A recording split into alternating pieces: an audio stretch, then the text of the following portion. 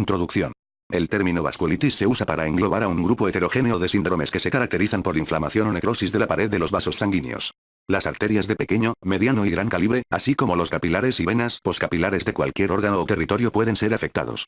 Característicamente, la pared del vaso presenta infiltrado inflamatorio formado por distintas células, con o sin destrucción de la misma, pero con disminución u oclusión de la luz vascular y la consiguiente isquemia o infarto de los tejidos irrigados por los vasos comprometidos. Las vasculitis se pueden presentar como entidad única, vasculitis sistémica primaria, o ser secundaria a un padecimiento de fondo de diversa índole, infecciosa, neoplásica, del tejido conjuntivo, etc. Varias clasificaciones de las vasculitis han sido publicadas sin que alguna de ellas reúna todas las características necesarias para ser reconocida, principalmente por la gran sobreposición que existe entre los diversos síndromes vasculíticos y por el desconocimiento de su etiología y patogénesis.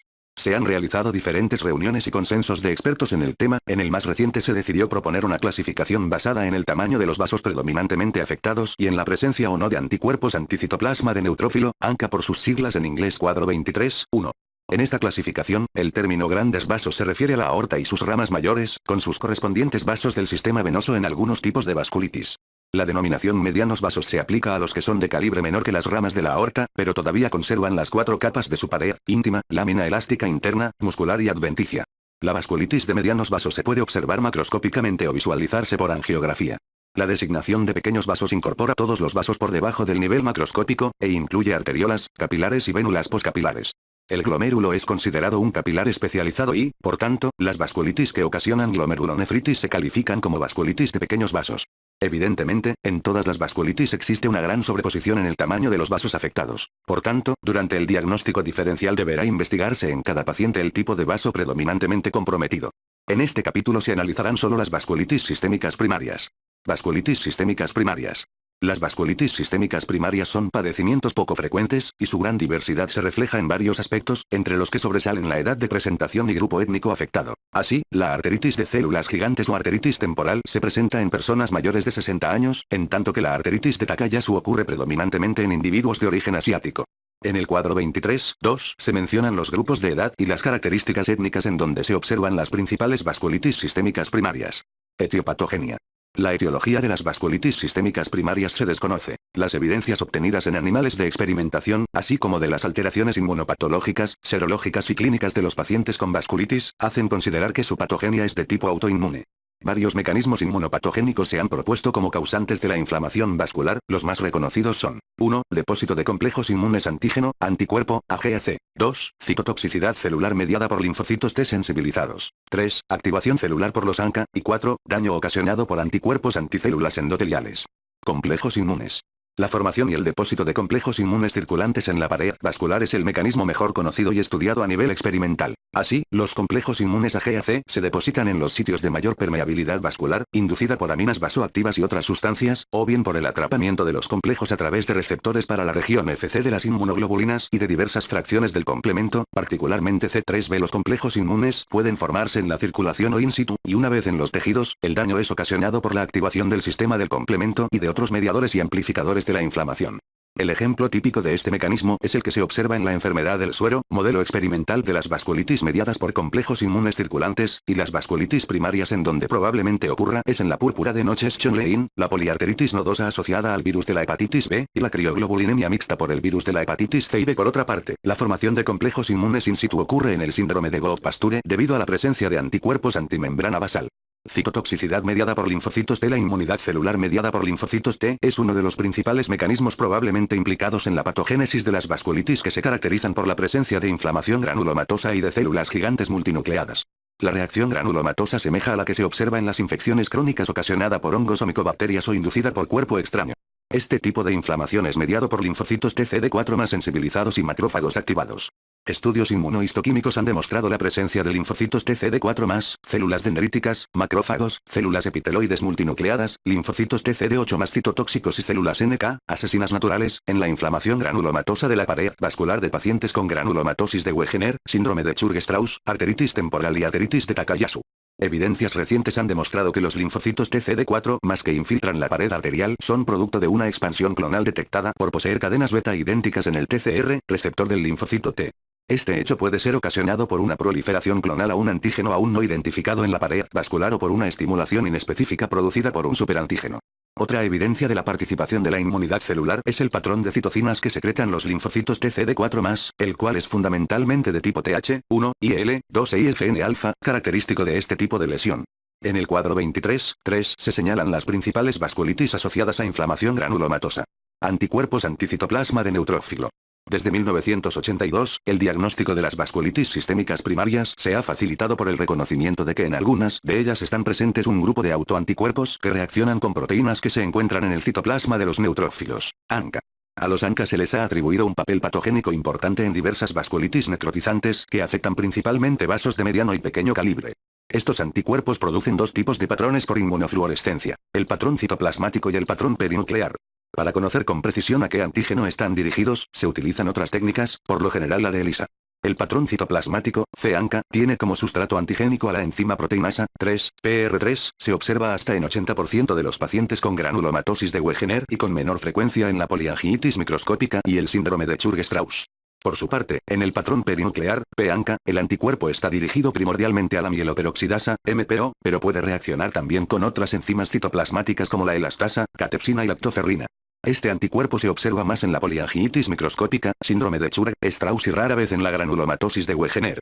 Estudios in vitro sugieren que tanto la proteinasa 3 como la mieloperoxidasa, que normalmente se encuentran en los gránulos azurófilos del citoplasma, se desplazan y son expresados en la membrana celular cuando el neutrófilo es activado por citocinas, como el TNF-alfa. Esto permite que el ANCA reaccione con su antígeno ocasionando desgranulación, liberación de oxígeno reactivo, enzimas líticas y activación celular con el consiguiente daño vascular. El mismo mecanismo se ha señalado que ocurre en las células endoteliales que también tienen esas enzimas, explicándose así aquellas vasculitis en donde el infiltrado inflamatorio es principalmente de neutrófilos, con activación secundaria de linfocitos T, que conducen a la formación de granulomas. Recientemente se ha demostrado que los pacientes con granulomatosis de Wegener y poliangiitis microscópica tienen aumento en el número de neutrófilos que expresan constitutivamente PR3 en su membrana. Estos neutrófilos pueden ser activados directamente por los ANCA sin inmunización previa. Asimismo, determinaciones seriadas de los ANCA han demostrado incremento en los niveles de estos autoanticuerpos, variaciones que coinciden o anteceden las recaídas de la enfermedad. Se ha desarrollado un modelo animal de vasculitis sistémica, transfiriendo a linfocitos sensibilizados a MP o de ratones deficientes a ella a ratones normales. Estos datos apoyan el papel patogénico de los ANCA en el desarrollo de este tipo de vasculitis. En el cuadro 23.4 se describen las principales vasculitis sistémicas primarias asociadas a ANCA. Anticuerpos anticélulas endoteliales. El cuarto mecanismo patogénico que se ha propuesto es el derivado de la observación de que en el suero de los pacientes con varios tipos de vasculitis se encuentran anticuerpos dirigidos a las células del endotelio vascular. Estos anticuerpos anticélulas endoteliales, ACE, ocasionarían el daño al unirse a su antígeno en la membrana celular, y activar el sistema del complemento, o bien por citotoxicidad celular dependiente de anticuerpo con reclutamiento de otras células inflamatorias. Algunos ACE tienen la capacidad de activar la célula endotelial, lo que ocasiona la producción de moléculas proinflamatorias y de adhesión celular. Se ha demostrado que la especificidad antigénica de los ACE es altamente heterogénea y desconocida. En algunos sujetos se encontró que los ACE reconocen a una enzima glucolítica denominada alfa-enolasa, pero su significado aún no se ha determinado. A pesar de lo atractivo de la hipótesis, el hecho de que los ACE se encuentren en diversas vasculitis y en otras entidades inflamatorias y no inflamatorias, le resta especificidad y sugiere que su presencia es un epifenómeno del daño vascular mediado por otros mecanismos. De tal manera que es poco probable que los ACE tengan un papel patogénico primario en las vasculitis sistémica primaria, pero es posible que contribuyan a amplificar la inflamación vascular y el daño a la célula endotelial. Finalmente, a pesar del avance en el conocimiento de los 4 mecanismos inmunopatogénicos antes descritos, junto con las evidencias obtenidas a nivel clínico y experimental, no se cuenta con un modelo que explique la etiopatogenia de estas vasculitis. Por tanto, lo más probable es que en el desarrollo de cada una intervenga más de un mecanismo de daño vascular, aunque alguno de ellos participe en forma predominante o bien como el evento inicial. Otros elementos que participan en el desarrollo y amplificación del daño vascular.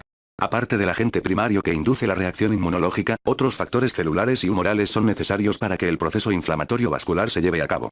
Entre los más importantes se encuentran las moléculas de adhesión celular que comprenden a las de la superfamilia de las inmunoglobulinas, las selectinas y las integrinas.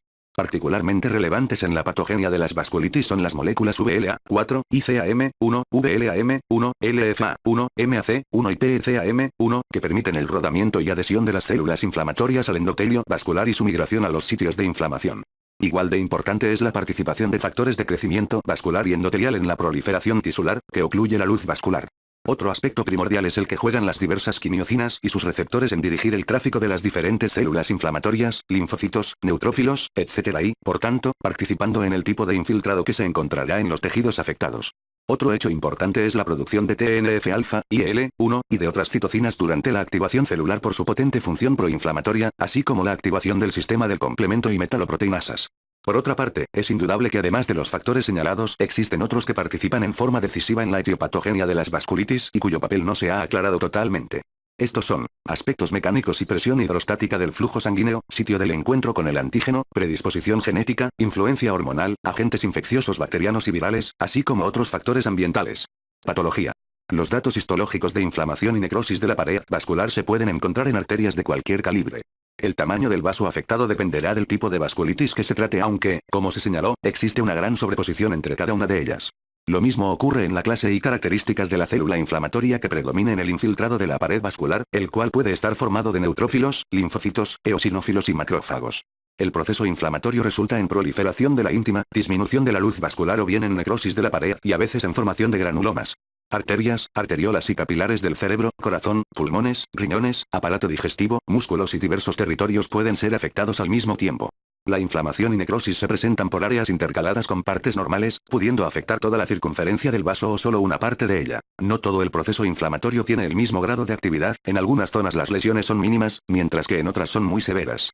En algunos casos la pared debilitada forma aneurismas, y en otros el proceso ocasiona zonas de estenosis. Aún se desconoce por qué unos vasos de un órgano o territorio son más afectados que otros, y por qué las lesiones difieren en grado de actividad aún en un mismo paciente. Todos los tejidos deben ser examinados por inmunofluorescencia directa en busca de depósitos de inmunoglobulinas y fracciones del complemento. Es importante identificar el tipo de inmunoglobulina predominante, así como el patrón y extensión de los conglomerados inmunitarios. Por ejemplo, en el síndrome de Goff-Pastur el depósito lineal de las inmunoglobulinas observado por inmunofluorescencia es determinante para el diagnóstico. En otros casos, la ausencia o escasez de los depósitos orienta hacia la posibilidad de vasculitis asociadas a ANCA. Cuadro clínico. Las manifestaciones clínicas de las vasculitis sistémicas primarias son muy variables tanto a su inicio como en su evolución, de tal manera que una vasculitis se puede presentar con compromiso solo de la piel, vasculitis cutánea, o de un solo órgano interno, como en el caso de la angeitis aislada del sistema nervioso central, SNC, o, con más frecuencia, la piel y varios órganos internos al mismo tiempo. Si bien las manifestaciones clínicas más importantes están en relación con los órganos afectados en cada vasculitis, la mayoría de los pacientes inician con síntomas constitucionales inespecíficos que tienden a sobreponerse y que son ocasionados por el proceso inflamatorio, la liberación de gran cantidad de citocinas y de otros mediadores solubles. Estos datos clínicos son fiebre, fatiga, debilidad, hiporexia, pérdida de peso y ataque al estado general. Al mismo tiempo o posteriormente, se presentan los síntomas y signos de los órganos afectados cuyas características y combinaciones pueden orientar hacia una posibilidad diagnóstica. Tropismo o predilección por órganos específicos de las vasculitis. El tropismo o predilección por afectar ciertos órganos que tienen algunas vasculitis, es uno de los conocimientos clínicos fundamentales obtenido durante los años dedicados al cuidado de los pacientes.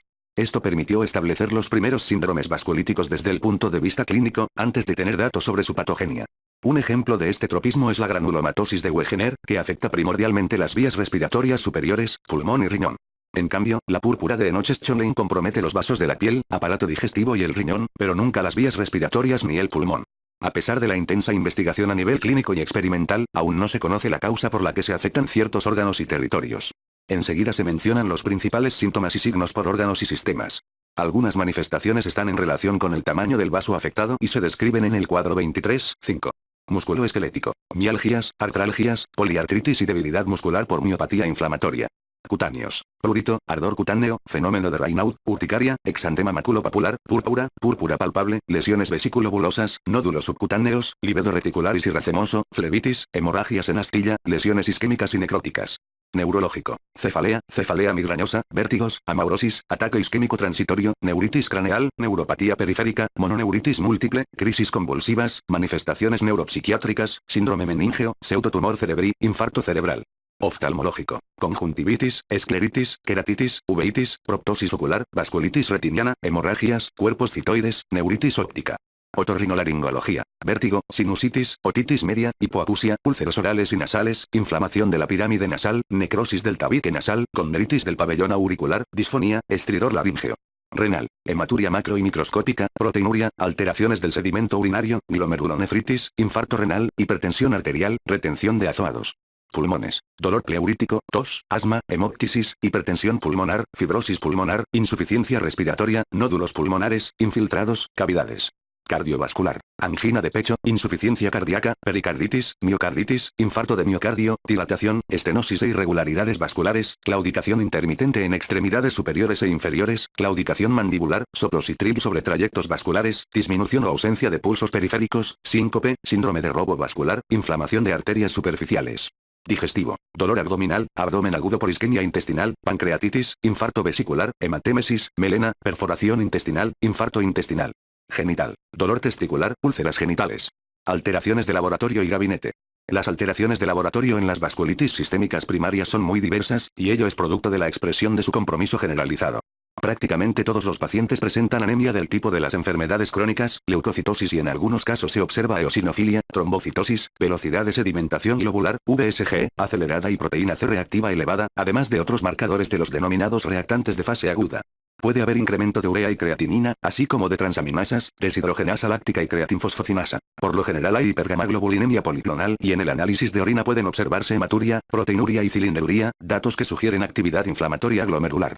Los estudios serológicos más útiles son la determinación de los ANCA, tanto por inmunofluorescencia para conocer su patrón, como por la técnica de ELISA, que se utiliza para detectar específicamente los anticuerpos antiproteinasa 3 o antimieloperoxidasa. Igual de importantes son la determinación de los marcadores serológicos de infección por los virus de la hepatitis B y C, crioglobulinas, complemento hemolítico y la búsqueda de anticuerpos antinucleares.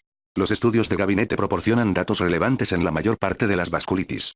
Así, la interpretación adecuada de la radiografía del tórax, electromiografía y velocidad de conducción nerviosa, angiografía, tomografía axial computarizada, TAC, e imagen por resonancia magnética, IRM, pueden señalar las alteraciones que sugieren el proceso inflamatorio o sus consecuencias. Particularmente útil es la radiografía o tomografía de tórax en la granulomatosis de Wegener y la angiografía en la poliarteritis nodosa, arteritis de Takayasu y la angiitis aislada del SNC diagnóstico. La estrategia que se establezca para tratar de llegar al diagnóstico de cada una de las vasculitis sistémicas primarias, deberá tomar en cuenta la combinación de los datos clínicos relevantes, alteraciones de laboratorio, marcadores serológicos, anormalidades angiográficas y en la mayor parte de los casos, el estudio histopatológico. La biopsia deberá realizarse de los tejidos accesibles potencialmente involucrados por inflamación activa, tratando de obtener siempre una muestra suficientemente representativa. El sitio dependerá del tipo de vasculitis que se sospeche y en algunos casos será necesario realizar toracotomía, biopsia renal de senos paranasales o de otros territorios.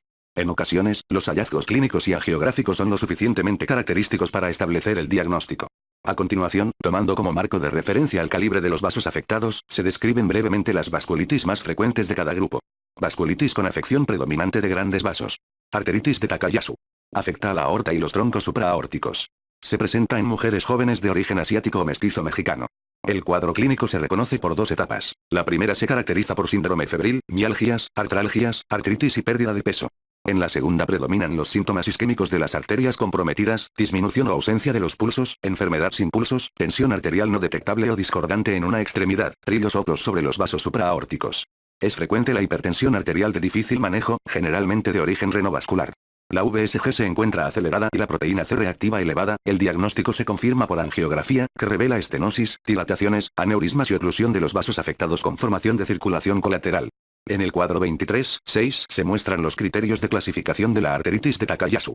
Arteritis de células gigantes, arteritis temporal.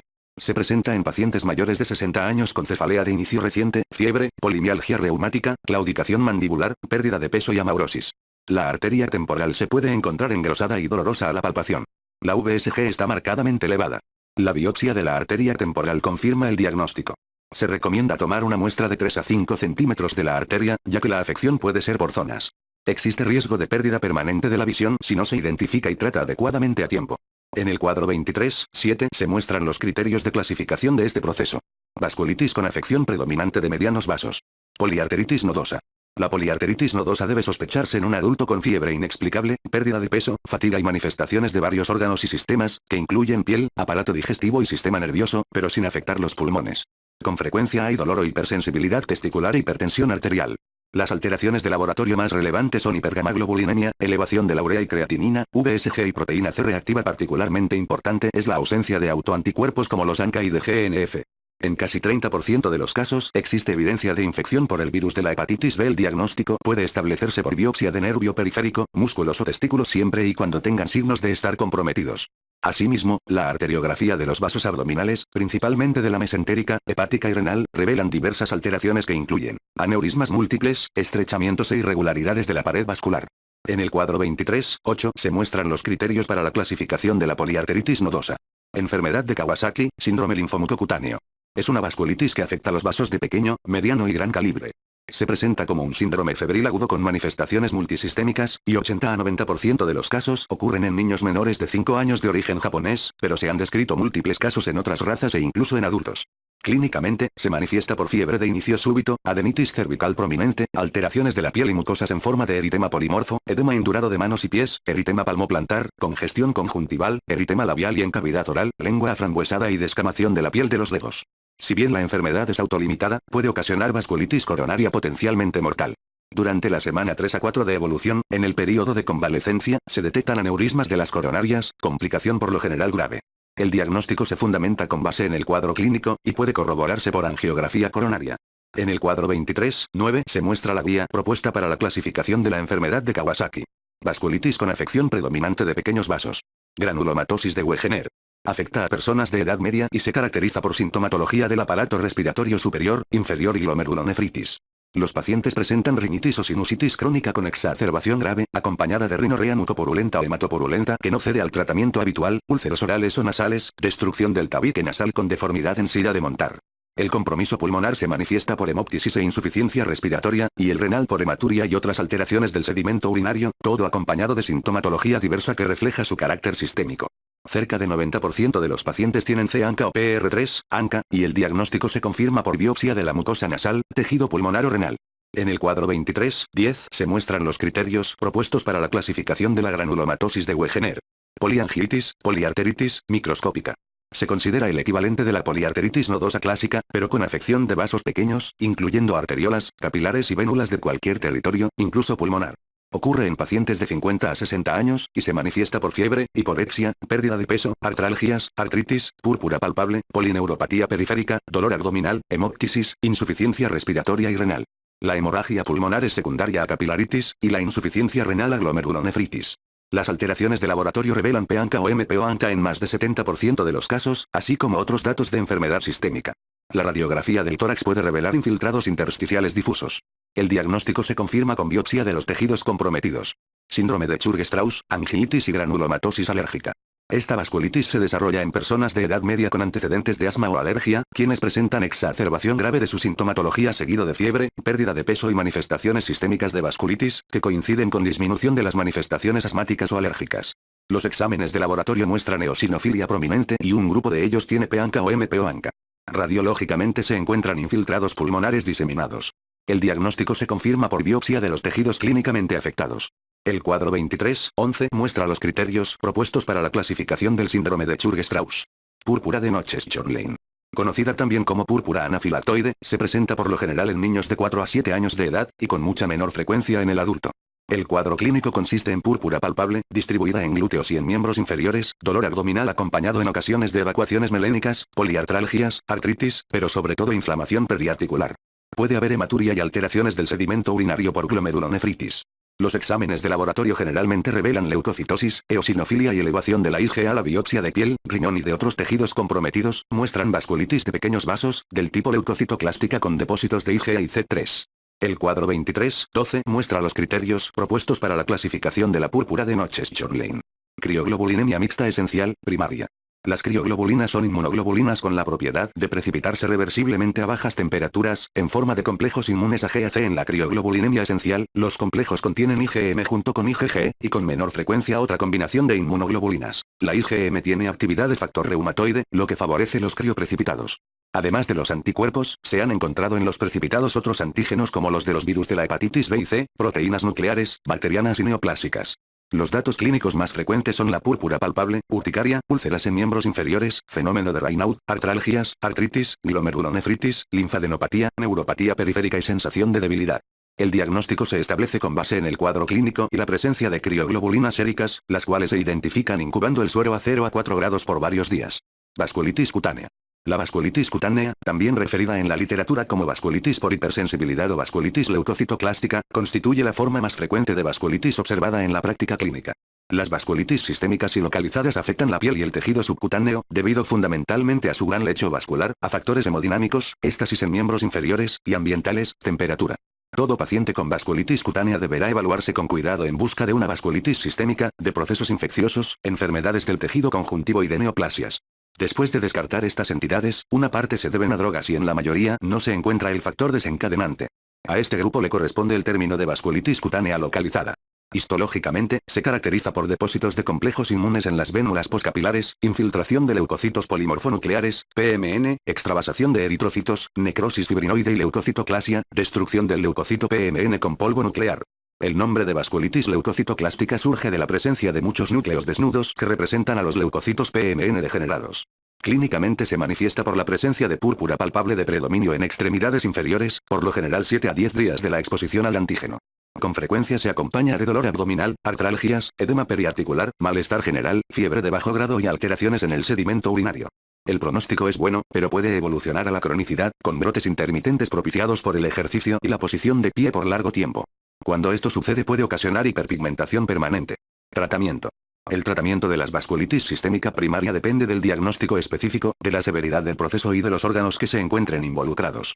En términos generales, el tratamiento se basa en el uso de glucocorticoides y de inmunosupresores, a dosis y por tiempo variables, dependiendo de cada caso en especial. Considerando una vasculitis con compromiso sistémico grave, de órganos vitales, como pulmones, riñones, miocardio o el sistema nervioso central, cuyas alteraciones ponen en peligro la vida, como suele ocurrir en la poliarteritis nodosa y la granulomatosis de Wegener entre otras, es necesario un tratamiento agresivo para tratar de frenar el proceso inflamatorio y revertir el daño ocasionado. En la actualidad, los medicamentos para ese fin son la metilprednisolona, 1 g por vía IV diario por 3 a 5 días, y la ciclofosfamida 1 g/m2 por vía IV en dosis única, como tratamiento inicial. Posteriormente, se continúa con dosis menores por vía oral o se repite el tratamiento por vía intravenosa en forma de pulsos o bolos mensuales. Es necesario efectuar con periodicidad exámenes de laboratorio para detectar efectos colaterales de los medicamentos. Asimismo, vigilar la posibilidad de cistitis hemorrágica por la ciclofosfamida, tanto como el desarrollo de infecciones oportunistas y otras alteraciones metabólicas inducidas por los esteroides. Además de la ciclofosfamida, se han utilizado como inmunosupresores la azatioprina, metotrexato, clorambucilo y micofenolato de mofetil, así como la plasmaferesis, pero los resultados son menos satisfactorios o aún no confirmados. En la enfermedad de Kawasaki, el tratamiento de elección es la administración de inmunoglobulina por vía IV, 2 g/kg, más ácido acetilsalicílico. Este esquema ha mostrado excelentes resultados en la mayoría de los pacientes. Una alternativa prometedora son los bloqueadores TNF, de la IL-1, IL-6 y de anticuerpos monoclonales dirigidos a los linfocitos B o T, terapia biológica que todavía está en fase de experimentación. En los pacientes con vasculitis asociada a virus de la hepatitis B o C, está indicada la terapia con antivirales del tipo del interferón y la ribavirina. Es indudable que para el tratamiento y control de los pacientes con vasculitis sistémica primaria, se requiere amplia experiencia y conocimiento de las complicaciones, tanto del propio padecimiento como de los medicamentos empleados, de tal manera que el tratamiento y cuidado de estos pacientes se considera competencia del especialista. Por último, se menciona que el tratamiento de las vasculitis cutáneas dependerá de la severidad del cuadro.